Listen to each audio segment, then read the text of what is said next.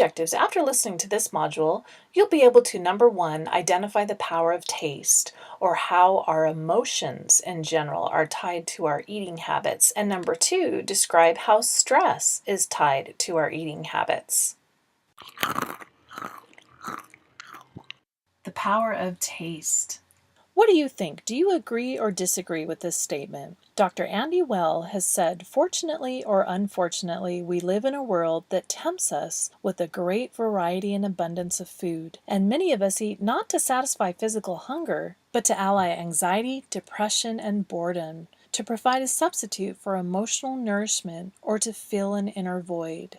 Although eating has been used as both a coping and relaxation technique, it's not a healthy way of dealing with stress, and there are several ways that nutrition and stress are connected. First, let's talk about the very strong connection between our emotions and our eating behaviors. It's been said that food and mood go together like peanut butter and jelly.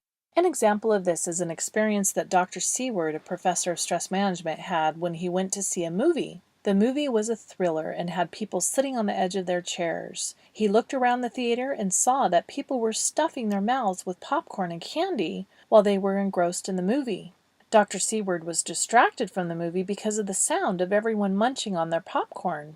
The manager at the theater confirmed to him that people eat more popcorn and candy, as evidenced by their popcorn and candy sales, during the release of suspenseful movies compared to other types of movies. We eat to celebrate. We eat to relax, and we eat out of frustration and boredom. And as the theater manager confirmed, we eat out of anxiety. So our feelings and emotions are very closely tied to our eating behaviors, and often it's subconsciously. We don't realize that we're eating more or less, or eating different foods in response to specific emotions. If I were to track the amount and type of food that you eat for several months, would I see any differences in the amount and type of foods you eat during stressful times? And are your eating behaviors based on the type of stressor you're experiencing? For example, have you ever lost your appetite and eaten less than normal when you're depressed or sad, like when you're going through a breakup or after losing a loved one? Or do you have more of an appetite and crave unhealthy foods more than usual when you're going through a particularly stressful period? Stress and nutrition. So what exactly is the connection between nutrition and stress? First of all, it's important to understand that a malnourished diet is itself a stressor on the body. Foods high in fat and simple sugars and empty calories tend to rob the body of essential nutrients. So your body is operating under a nutritional deficiency if you're not eating healthy. Under these conditions, your body is stressed to maintain its integrity for metabolic functioning. Over time, one or more physiological systems may go into a state of dysfunction. And stress can cause problems with the body's ability to digest and absorb nutrients. So eating poorly causes your body to be stressed in a sense. Another connection between nutrition and stress is our eating habits tend to be worse than normal during stressful times, which perpetuates an already negative condition for our bodies. A person under chronic stress is vulnerable to nutritional deficiency because 1, they're more likely to eat unhealthy foods, and 2, their body requires additional nutrition because of their stress state. So you have the double whammy of your body having additional nutritional needs when you're stressed, and the likelihood that your nutrition decreases due to poor diet when you're stressed. Another connection with stress and nutrition is the type of foods we crave when we're stressed. Think about it. What are some of the foods you crave when you're stressed? It's probably not carrots and celery. Most likely, you crave foods like cookies, candy, ice cream, or potato chips.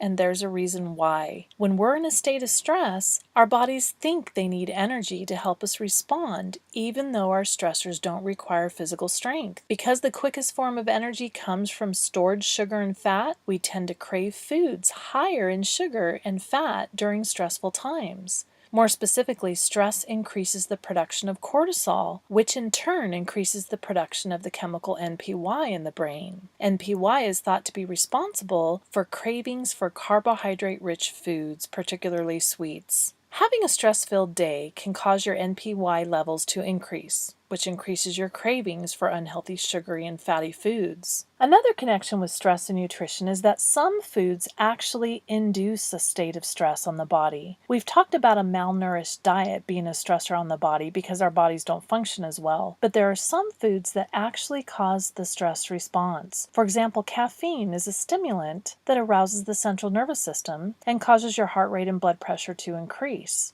When you're stressed, your heart rate is already elevated. You don't want the double whammy of increasing your heart rate even more by consuming caffeine. Drinking tons of coffee or other caffeinated drinks perpetuates the stress response when your body is already going through the stress response during stressful times. So the worst time that people can ingest these high caffeine drinks is usually during stressful times, which unfortunately is precisely when consumption of these drinks increases. Another connection between stress and nutrition is the problem pertaining to overconsumption. Many nutritionists and health experts agree that the biggest problem in the U.S. is overconsumption. We eat too much. Our serving sizes are huge compared to other countries, and they keep getting bigger and bigger as we get bigger and bigger. This is evidenced by results of several comparative surveys that suggest the U.S. is the fattest country in the world, meaning there are more overweight individuals per capita in the U.S. than in any other country. Britain comes close, but we take the cake.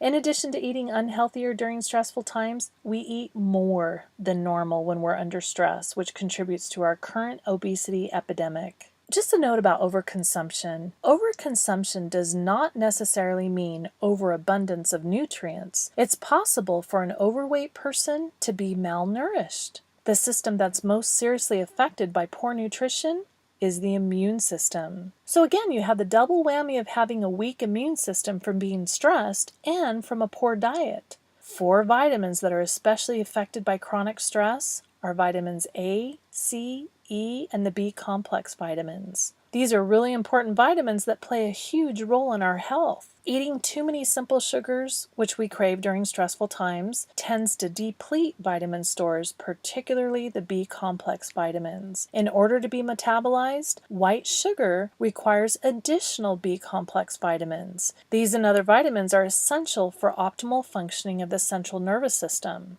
Another connection between stress and nutrition is the increase in fatigue, anxiety, and irritability that we experience when we're eating a poor diet and when we're under stress. As I mentioned just a minute ago, B complex vitamins are definitely affected when you're under stress. The problem with this is a depletion of B complex vitamins contributes to fatigue, anxiety, and irritability. But stress itself can cause fatigue, anxiety, and irritability. Also, increased amounts of simple sugars may cause major fluctuations in blood glucose levels, which also may contribute to fatigue, headache, and irritability. So again, you don't want the double whammy of being tired and irritable from being stressed and from a poor diet.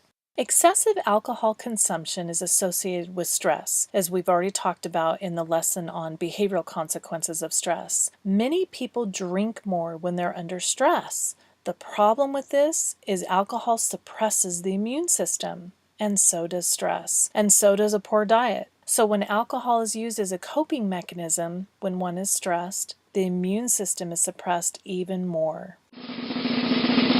Key points. Our eating behaviors are definitely tied to our emotions. Even if you don't consciously realize it, your eating behaviors probably are altered during stressful times. We tend to have unhealthier eating habits than normal when we're stressed. Specifically, we eat more and we choose unhealthier foods compared to when we're not stressed. And that's it.